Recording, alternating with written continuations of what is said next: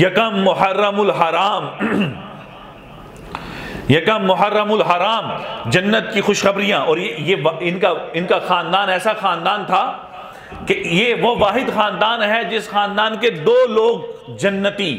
جن کو عشرہ مبشرہ میں ہیں، عمر بن خطاب خود اور ان کے بہنوئی یہی ام جمیل جن کا میں واقعہ سنا چکا ہوں۔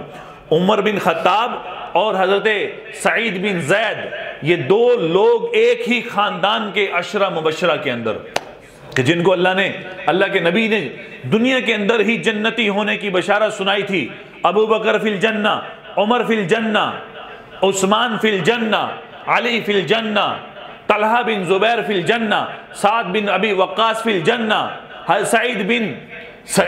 بن زید فی الجنہ۔ تو یہ وہ لوگ کہ دنیا کے اندر ہی ان کو جنت کی خوشخبریاں سنائی جا رہی ہیں۔ موت کا وقت غالباً 27 ذی الحجہ کو نماز پڑھا رہے ہیں، ایک مجوسی آتش پرست ابو لؤلؤ یہ صفوں کو چیرتا ہوا فجر کی نماز میں سیدھا حضرت عمر کے اوپر وار کرتا ہے۔ نماز پڑھا رہے ہیں خود امیر المومنین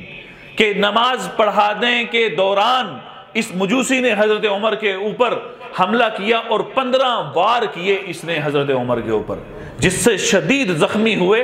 اور حضرت باقی صحابہ آگے بڑھے اور پکڑ لیا اس کو، تو جب یہ اس کو پکڑنے کے قریب پہنچے تو اس نے اپنے آپ کو خودکشی کر کے وہیں مار دیا۔ یہ حضرت عمر کے اوپر حملہ ہوا تھا اور یکم محرم کو دنیا سے رخصت ہوئے تھے۔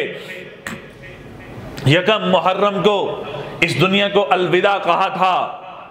اس شخصیت نے کہ جس کا رعب 22 لاکھ مربع میل تک، کہ جس کا دبدبہ، جس کا رعب صرف انسانی دنیا پر نہیں کائنات کے اوپر ان کا رعب پڑتا تھا، جو ایک ایسی حکمرانی کر کے گئے ہیں کہ شاید تاریخ میں دوبارہ ایسا، شاید نہیں یقیناً تاریخ کے اندر دوبارہ ایسی شخصیت آنے والی نہیں ہے۔ وہ آج یکم محرم الحرام کو اپنے بیٹے عبداللہ ابن عمر کو مرض الموت کے اندر ہی کہا کہ اے عبداللہ جاؤ، جا کر حضرت عائشہ سے پوچھ کر آؤ رضی اللہ عنہا کہ میں اپنے ساتھیوں کے ساتھ دفن ہونا چاہتا ہوں۔ تو حضرت عائشہ کے پاس حضرت عبداللہ ابن عمر حاضر ہوئے کہ اماں جان میرا باپ عمر وہ اپنے ساتھیوں کے ساتھ دفن ہونا چاہتا ہے۔ اماں عائشہ رضی اللہ عنہا فرمانے لگی کہ یہ جگہ تو میں نے اپنے لیے رکھی تھی، لیکن اگر عمر کی خواہش ہے تو لہٰذا عمر ہی یہاں رہے گا، عمر ہی یہاں دفن ہوگا۔ تو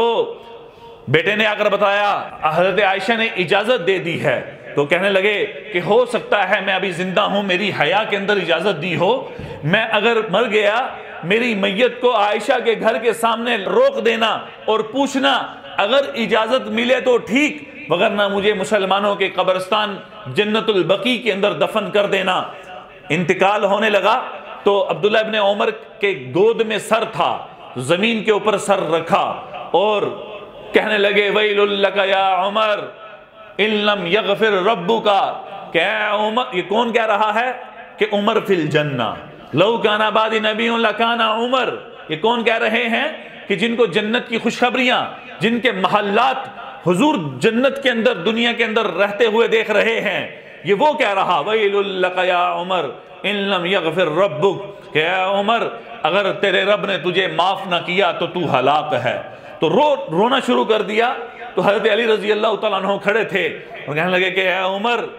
ڈر گئے ہو موت سے، کیوں روتے ہو، موت سے ڈر گئے ہو؟ تو کہنے لگے کہ موت سے نہیں ڈرا، بلکہ موت کے بعد جو گھاٹیاں آنے والی ہیں قبر کی، حشر کی، ان گھاٹیوں سے ڈر گیا ہوں، میں ان گھاٹیوں سے میں ڈر گیا ہوں۔ تو یہ جب کہا تو حضرت علی نے حوصلہ دیا کہ اے عمر مت رو، میں نے ایک بار نہیں، میں نے اتنی مرتبہ اللہ کے نبی کی زبان سے یہ سنا ہے کہ میں گن نہیں سکتا، اتنی بار سن چکا ہوں۔ کیا کہ میں ابو بکر اور عمر آئے، میں ابو بکر اور عمر گئے، میں ابو بکر اور عمر، اللہ کے نبی نے یہ 2 نام اتنے بولے کہ میں گن نہیں سکتا کہ اتنی مرتبہ یہ کہا اللہ کے نبی نے۔ قیامت کے دن میں ابو بکر اور عمر اٹھیں گے، ہمارے قدموں سے بلال اٹھے گا تو کہنے لگے کہ اے علی کیا تو اس بات کی گواہی قیامت کے دن دے دے گا؟ کہنے لگے کہ میں بھی دوں گا اور میرا یہ بیٹا حسن بھی دے گا۔ تو یہ جب کہا تو حوصلہ ہوا، اس دنیا سے رخصت ہوئے۔ یہ یکم محرم الحرام کا دن تھا کہ امیر المؤمنین عمر بن خطاب خلیفہ ثانی اس دنیا جہاں کو چھوڑ کر اپنے رب کی طرف منتقل ہوئے تھے۔ یہ وہی عمر آج انتقال کر رہے ہیں کہ تاریخ انسانیت کے اندر جب کوئی ایسا انسان نہیں گزرا کہ جو یہ گزرے ہیں عمر بن خطاب، کہ جب یہ مسلمان ہوئے تو اسلام جب لائے تو حضرت جبرائیل علیہ السلام حاضر ہوئے کہ یا رسول اللہ آپ کا رب آپ کو خوش دیکھ رہا ہے۔ آج میں خوش ہوں اس لیے کہ میں آج عمر بن خطاب مسلمان ہوئے ہیں، آج عمر مسلمان ہو گئے ہیں۔ تو وہ جبرائیل علیہ السلام کہنے لگے کہ یا رسول اللہ آج صرف آپ یا آپ کے صحابہ خوش نہیں ہیں، بلکہ آج کے دن آسمان کے سارے فرشتے خوشیاں منا رہے ہیں کہ جس کے اسلام لانے پر فرشتے خوشیاں منا رہے ہوں۔ آج یکم محرم کو یہ شہید ہوئے اور اس دنیا کو چھوڑ کر گئے۔ کیا ایسی لوگ کہ کیسے لوگ کہ خود کہا کرتے تھے، کسی نے کہہ دیا حضرت عمر کو کہ عمر تیری وجہ سے اسلام چمک گیا، تیری وجہ سے 22 لاکھ مربع میل کہنا آسان ہے کہ ملک کے ملک فتح ہوتے جا رہے تھے اس دور میں۔ تو حضرت عمر کے کسی نے یہ بات کہی تو کہنے لگے نہیں،